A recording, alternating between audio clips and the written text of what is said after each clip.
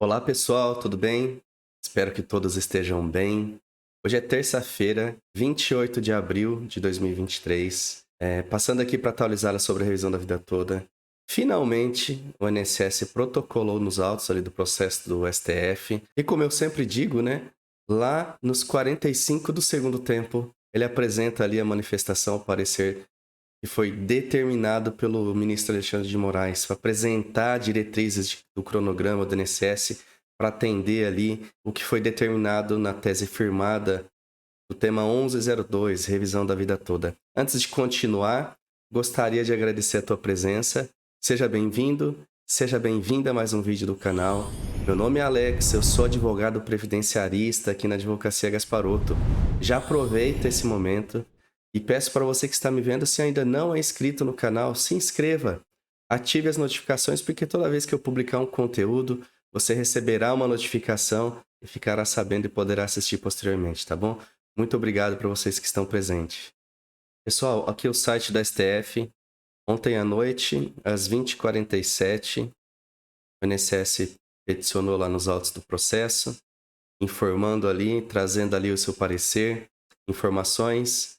E eu vou ler para vocês o conteúdo que ele trouxe para a gente aqui.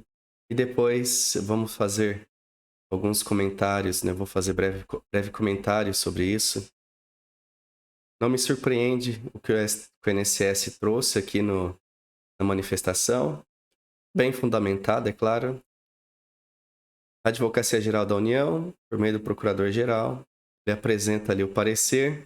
Eu grifei alguns trechos para ler para vocês. Vamos ler juntos aqui. Depois eu vou fazer alguns comentários. O INSS, representado pela Procuradoria. Aqui a qualificação, não tem importância da gente ler. Aqui o contexto ele também fala ali do que se trata, o tema 1102. E vamos começar a partir daqui, ó. Dada a magnitude da tese firmada, a pendência da publicação do acórdão correlato, bem como todas as dificuldades materiais de implementação imediata relativas à necessidade de alteração do sistema, rotinas e processos, a autarquia pleiteou a suspensão nacional de todos os processos judiciais que versem sobre a matéria até o trânsito em julgado do recurso extraordinário. Aqui ele deixa claro que ele deseja a suspensão nacional do processo não é até a publicação do acórdão, é até o trânsito em julgado, né? Já informei para vocês que a publicação do acórdão ela acontece e posteriormente vem ali a notificação do trânsito em julgado, quando o processo finaliza, ele termina. Ato contínuo. O excelentíssimo relator, ministro Alexandre de Moraes, determinou previamente a apreciação do pedido formulado. Ou seja, o que ele está dizendo aqui, que eles protocolaram nos autos o pedido de suspensão nacional de todos os processos. Posteriormente, o ministro Alexandre de Moraes, ele determinou previamente a apreciação do pedido formulado e fosse apresentado um cronograma de aplicação das diretrizes firmada pela tese, contendo ali o modo e os prazos no qual o ente público se propõe a dar efetividade ao entendimento definido pelo STF. Não obstante, no caso de internalização administrativa da tese definida, dependerá, em primeiro lugar, do conhecimento do inteiro teor do acórdão, ainda pendente de publicação nesse recurso extraordinário, e, eventualmente, de questões que ainda precisam ser aclaradas pela Suprema Corte, de modo a se alcançar segurança jurídica na definição dos seus contornos. Somente a partir de então será possível haver clareza sobre o seu alcance definitivo, com a definição precisa de quantos benefícios deverão ser analisados e uma nova atualizada estimativa de seu impacto financeiro. Mais do mesmo, né, gente? O que permitirá avaliar a sua adequação norma orçamentária e financeiras aplicáveis às despesas públicas em geral e mensurar as condições estruturais necessárias. Dizendo tudo o que ele disse anteriormente naquele pedido ali de suspensão. Em outras palavras, ausente a condição precedente de pleno conhecimento e estabilização do acórdão a ser publicado neste processo, não há elementos mínimos que autorizem uma deliberação dos órgãos competentes quanto ao tema, ainda que a título de estimativa, para que se possa apresentar um cronograma minimamente factível e imperioso, que ocorra quanto antes a publicação do acórdão, Veja, eles estão desejando que seja publicado quanto antes o acórdão para que seja conhecido os exatos termos que impactam decisivamente o seu cumprimento. Isso de fato, né? Para a gente saber o que vai ser determinado de fato, se haverá modulação, se haverá alguma questão particular ali informada pelos ministros, somente na publicação do acórdão. É isso que eles estão querendo dizer, que eles precisam da publicação do acórdão primeiro, para depois eles tomarem qualquer decisão. Também se faz mister o deferimento do pedido de suspensão nacional de todos os processos nos quais tenha sido estabelecida a mesma controvérsia do presente feito, pois o cumprimento de decisões judiciais individualizadas consome de maneira desorganizada a capacidade operacional do INSS e dificulta qualquer avaliação sobre uma eventual decisão futura. Isso daqui, gente, eu já mostrei para vocês em outros vídeos. Num vídeo anterior gravado, mostrei ali que o INSS ele possui uma capacidade, sim, de cumprir a decisão judicial, que é a realização do cálculo por meio do EPCalc. Ali é uma ferramenta de cálculo dos próprios tribunais. Então, essa alegação de que o INSS, de maneira desorganizada, consome a capacidade operacional do INSS, não cola mesmo. Porque existem ferramentas hábeis para que o INSS possa cumprir ali as decisões, as sentenças, cumprir o que está sendo determinado na tese do STF. Enquanto não temos a publicação do acórdão, consequentemente o trânsito em julgado, não há necessidade de requerer a suspensão nacional dos processos, uma vez que, está claro, está provado que o INSS ele possui condição, possui capacidade técnica. Eu digo o seguinte, não há necessidade de suspender os processos. Continuem cumprindo a decisão judicial desses processos que os juízes não estão mantendo, não estão determinando a suspensão dos processos. Porque em outros casos, melhor, na maioria dos casos, os juízes estão mantendo os processos suspensos até a publicação do acórdão ou do trânsito em julgado. INSS, cumpra pelo menos as decisões dos processos que o juiz determina ali a correção dos benefícios. Não são muitos. Tá? Vamos continuar lendo aqui. Do pedido. Diante do exposto, apresentam-se a consideração do excelentíssimo ministro Alexandre de Moraes as dificuldades de assimilação da tese firmada, considerando que há diversas questões relacionadas à tese central ou a ela adjacente, que ainda não são de pleno conhecimento, ante a pendência da publicação do acórdão. De fato, muitas questões ali que será publicada no acórdão a gente não sabe ainda, com a possibilidade de interposição de embargos de declaração. Aqui ele está deixando claro que após a publicação do acórdão, ele vai apresentar o embargo de declaração. O embargo de declaração só deve ser apresentado quando? Quando há alguma omissão, alguma contrariedade, alguma obscuridade na decisão. Dificilmente isso acontece. Então, provavelmente o INSS ele vai apresentar o embargo de declaração, só que tem uma questão. O embargo de declaração ele pode ser provido ou não provido. Ou seja, se ele for provido, significa que o STF recebe o recurso, o embargo de declaração, e aquele recurso ele vai ser apreciado. Se ele não for provido, significa dizer que o STF está dizendo o seguinte: não recebo o seu recurso, porque eu não vislumbro nenhuma omissão, obscuridade, nenhuma contrariedade ali na publicação do acórdão. Então tem essa questão. Ele tem a possibilidade de apresentar um embargo de declaração. Não significa que ele vai ser recebido. Mas está claro que ele vai entrar ali com embargo de declaração, né? Com a possibilidade de interposição de embargo de declaração para complementação ou esclarecimento das premissas necessárias e correta compreensão e aplicação do entendimento firmado pela Corte. Desse modo, não se intenciona obstar ao cumprimento do precedente qualificado. Não se intenciona, né? Não se intenciona, mas já fazendo isso, né?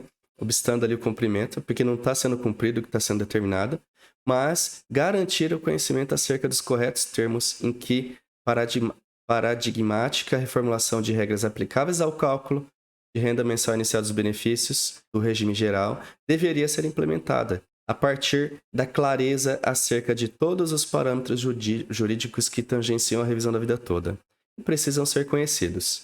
Houve esforços junto aos órgãos e entidades competentes desde o conhecimento do despacho de Vossa Excelência no sentido de se buscar atendê-lo de maneira adequada.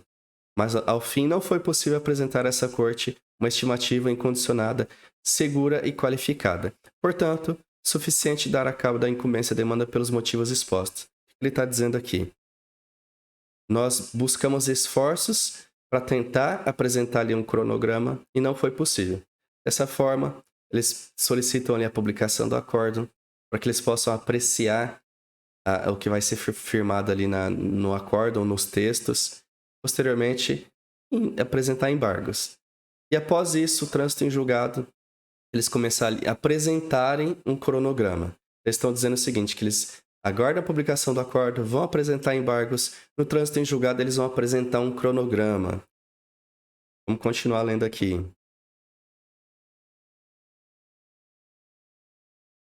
Próximo parágrafo. Consideradas as limitações demonstradas acima, o INSS reitera o pedido de suspensão nacional de todos os processos em que tenha sido estabelecida a mesma controvérsia do presente, até que se sobrevenha o trânsito em julgado do recurso extraordinário.